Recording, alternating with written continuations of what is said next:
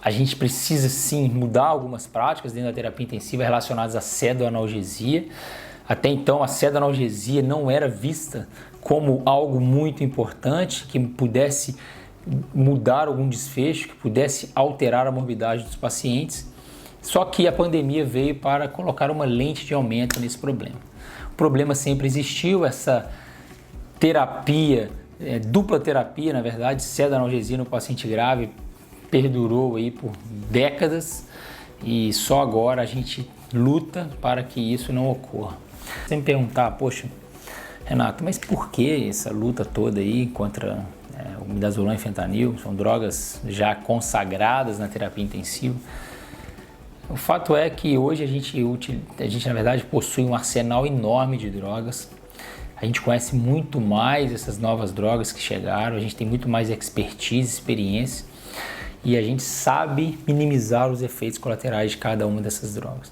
Os Estados Unidos, por exemplo, vivem, uma grande epidemia de opioide, um grave problema de saúde pública que até antes da pandemia era considerado o principal problema de saúde pública dos Estados Unidos, com mais ou menos 70 a 80 mil mortes por ano de pacientes vítimas de overdose de opioide. Agora, obviamente, é um problema secundário perante a pandemia aí, mas não menos importante, porque muitos americanos estão morrendo. E o Brasil, para quem não sabe, vive também uma epidemia de benzodiazepínicos. Hoje o país é campeão de consumo desses psicotrópicos, dessas medicações controladas, tarja preta, e recentemente também a OMS anunciou aí o Brasil como um dos países mais ansiosos do mundo, justamente pelo alto consumo aí de benzodiazepínicos. Para nossa sorte, o benzodiazepínico ele não chega a matar, a não ser que o paciente tente suicídio, tente autoextermínio, mesmo assim com o benzodiazepínico é difícil, até porque a gente tem também um antagonista, principalmente aí presente em todos os hospitais e diferente do opioide, o benzodiazepínico não dá tanta depressão respiratória a ponto de fazer o paciente ter parada respiratória, como por exemplo acontece com o opioide, a overdose de opioide. E o interessante também é que, como a gente tem essas duas epidemias, uma no Brasil e outra nos Estados Unidos, relacionadas a esses dois psicotrópicos, e essa epidemia, grande parte dessa epidemia, na verdade, é causada por medicações por via oral, comprimidos, cápsulas, seja os benzodiazepínicos ou seja o opioide. Por exemplo, lá nos Estados Unidos, a oxicodona teve grande repercussão, grande problema para os pacientes, e aqui no Brasil, o Rivotril e dentre outros. O que acontece é que esses pacientes, eles ficam dependentes químicos, Eles se tornam dependentes químicos dessas drogas, tanto é que essas drogas são medicações de tarja preta. Agora, o que acontece? Por exemplo, uma heroína é 100 vezes menos potente que o fentanil. O midazolam endovenoso é 10 vezes mais potente, por exemplo, que o Rivotril. E o que acontece? Essas medicações elas são administradas de forma endovenosa, de infusão contínua.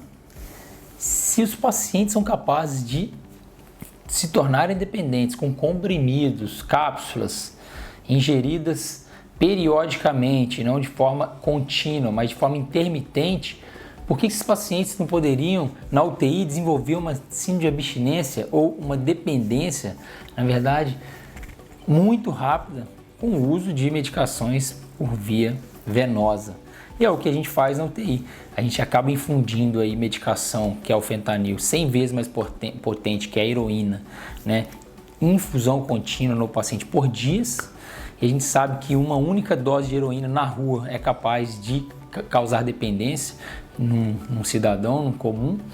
Então o que acontece é que a gente está sim causando dependência nesses pacientes. Isso é grave, gravíssimo, Por outro lado, muitas pessoas no Brasil são dependentes de benzodiazepínicos por via oral, são capazes de terem insônia se não consumirem, de desenvolverem ansiedade, crise de ansiedade grave por conta da suspensão abrupta de midazolam. O que a gente vê na UTI também é a falta do desmame, ou desconhecimento, ou imprudência, na verdade, ou imperícia perante o desmame dos sedativos, principalmente o benzodiazepínico e o opioide. E aí o que acontece quando a gente não consegue desmamar esses pacientes? A gente acaba, por exemplo, aumentando a chance desses pacientes fazerem síndrome de abstinência. E aí agitação, e aí esses pacientes não saem da ventilação mecânica, são curarizados, são sedados, juntamente com o fentanil. Essas doses são aumentadas de forma muito rápida, muito instantânea e acaba prejudicando o paciente. E isso a gente não pode deixar acontecer, né? Então o papel do anestesista é muito importante, porque o anestesista hoje é o profissional que mais sabe manusear opioides, né, na prática clínica.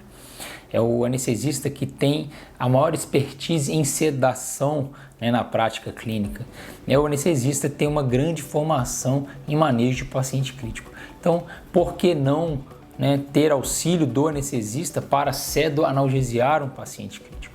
Então, essa é a minha grande briga, entre aspas, né, ou grande, na verdade, incentivo para que nós possamos atuar de forma mais direta, para contribuir, não ocupar espaço de ninguém, mas contribuir para uma medicina mais interdisciplinar, multiprofissional.